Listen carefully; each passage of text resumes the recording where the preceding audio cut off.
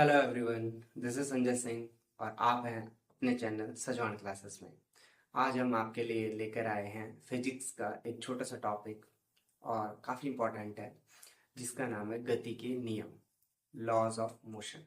ठीक है, गति के नियम क्या होते हैं, लॉ ऑफ मोशन कितने हैं, क्या है, उसके बारे में थोड़ा सा बात करते हैं।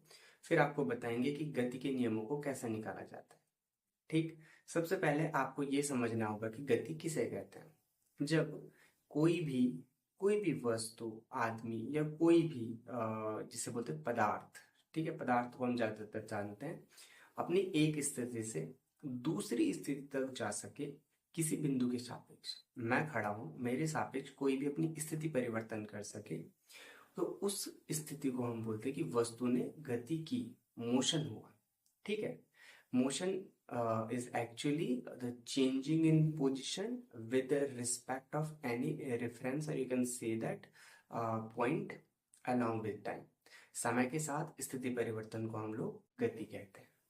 ठीक, गति कैसे नापते हैं कि गति कितनी हुई, तो हम कहते हैं गति को, मतलब स्थान परिवर्तन कितना हुआ, तो हम दूरी से नापते हैं।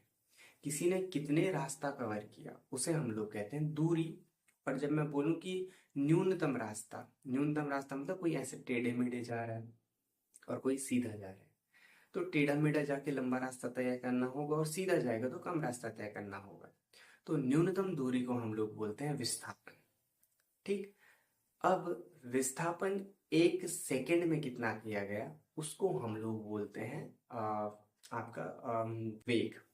ठीक, और गति जिसे बोल रहे थे हम, कि एक दूरी कितनी कवर की गई है, तो एक सेकंड में तय की गई दूरी को हम लोग बोलते हैं, या दूरी प्रति सेकंड को हम लोग बोलते हैं चाल।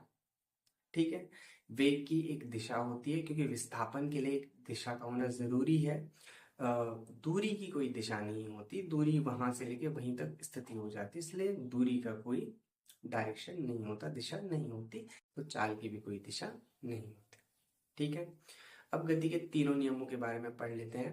तीनों नियमों में से सबसे पहला नियम जो आता है, उसको हम लोग कहते हैं जड़त्व का नियम।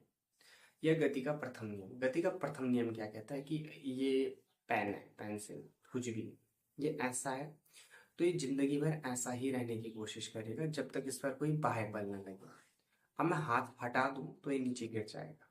ठीक है, मैं चल रहा हूं, तो मैं जिंदगी भर चलता ही रहना चाहूंगा जब तक मुझ पर कोई बाहर से बल लगा के रोक नहीं देता। ठीक, और मतलब जो वस्तु जैसी है वैसी ही रहना चाहेगी। जैसे आप कह सकते हो कि अगर मैं बैठा हुआ हूँ या एक पत्थर है, वो जैसे स्थिर है, तो पत्थर जिंदगी भर वैसा ही रहेगा जब तक बाहर से कोई बल लगा के उसकी स्थिति को परिवर्तन न कर दे। यही गति का पहला नियम है। और वस्तु का वह गुण जिसकी वजह से वह अपनी स्थिति में ऐसा ही रहना चाहता है, उसे हम लोग कहते हैं आपका जड़त्व, इनर्शिया। ठीक है, इसीलिए लॉ ऑफ इनर्शिया भी बोलते हैं। जड़त्व का नियम या लॉ ऑफ इनर्शिया। इनर्शिया वो गुण है जिसकी वजह से वस्तु वैसी ही रहना चाहती है जैसी वो है, बदलना नहीं चाहती। ठीक, फिर हम दूसरे नियम की बात करते हैं, गति का दूसरा नियम क्या कहता है। दूसरे नियम को समझने के लिए आपको ये समझना होगा कि जब भी हम किसी की गति में या वेग में, स्पेसिफिकली टर्म जोड़ो तो वेग में परिवर्तन करते हैं, कि शुरू शुरू में 2 मीटर पर सेकंड की रफ्तार से चल रहा था, बाद में 10 मीटर पर सेकंड की रफ्तार से चलने लग गया। तो अगर किसी का वेग परिवर्तन होता है, तो वेग परिवर्तन की स्थिति को हम लोग जब बताते हैं कि एक सेकंड में कितना वेग परिवर्तन हुआ होगा, वेग परिवर्तन की दर जिसे बोलते हैं, कि एक सेकंड में होने वाले वेग परिवर्तन, तो एक सेकंड में होने वाले वेग में परिवर्तन को हम लोग त्वरण कहते हैं। त्वरण होता है कि वेग एक सेकंड में कितना बदला, अभी बढ़ भी सकता है और घट भी सकता है। ठीक है, तो वेग परिवर्तन में होने वाला, प्रति सेकंड वेग में होने वाला परिवर्तन क्या कहलाता है, आपका त्वरण। प्रति सेकंड वेग परिवर्तन हमारा त्वरण कहलाएगा। ठीक है, तो सेकंड नियम क्या कहता है, आपका दूसरा नियम, कि जब भी आप किसी पर बल लगाते हैं, फोर्स लगाते हैं, धक्का लगाते हैं, तो उसका जो बल होता है, धक्का होता है, एफ, वो बराबर होता है आपके m गुणा ए यहाँ पे त्वरण है, एक्सेलरेशन। ठीक है, एक्सेलरेशन भी पढ़ते हैं। तो ये आपका 1 सेकेंड में होने वाला वेग परिवर्तन है। तो किसी भी वस्तु पर लगाए गए बल से वो सीधा जुड़ा होता है उसके वेग में परिवर्तन से, कि आप किसी वस्तु पर बल लगाएंगे तो वस्तु का वेग कितना बदलेगा। और वेग बेसिकली हमने शुरू में बोला था स्थिति परिवर्तन की ही बात करता है।